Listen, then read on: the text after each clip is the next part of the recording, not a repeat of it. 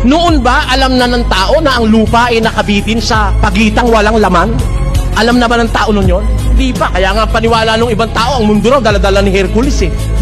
Nung una, yung iba naman, nasa ibabaw daw ng likod ng isang pagkalaki-laking pagong. Ang daing mga kung ano-anong konsepto na lumabas tungkol sa kalagayan ng mundo. Pero kung nag-aral lang sila ng Biblia, some 3,000 years ago, isinulat na ni Job. Alin na nakasulat? Ibiniti ng Diyos ang lupa sa pagitang walang laman. Eh, tanda-tanda na ng sulat ni Job na yun eh. Hindi pa nga nakikita na ng lupa kung sa malayo eh. Eh, nung lumipad yung Apollo 11 sa buwan, nung 1969, natatandaan ko yun, August, nanonood ako noon nung sumaludo si Armstrong sa presidente ng Amerika noon.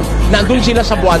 Kinunan nila ang mundo mula sa buwan at lumabas sa isang fotografya, napakagandang planeta ng mundo, bilog, walang tali, nakabitin sa pagitang walang laman. Totoo yung sinasabi ng Biblia o hindi?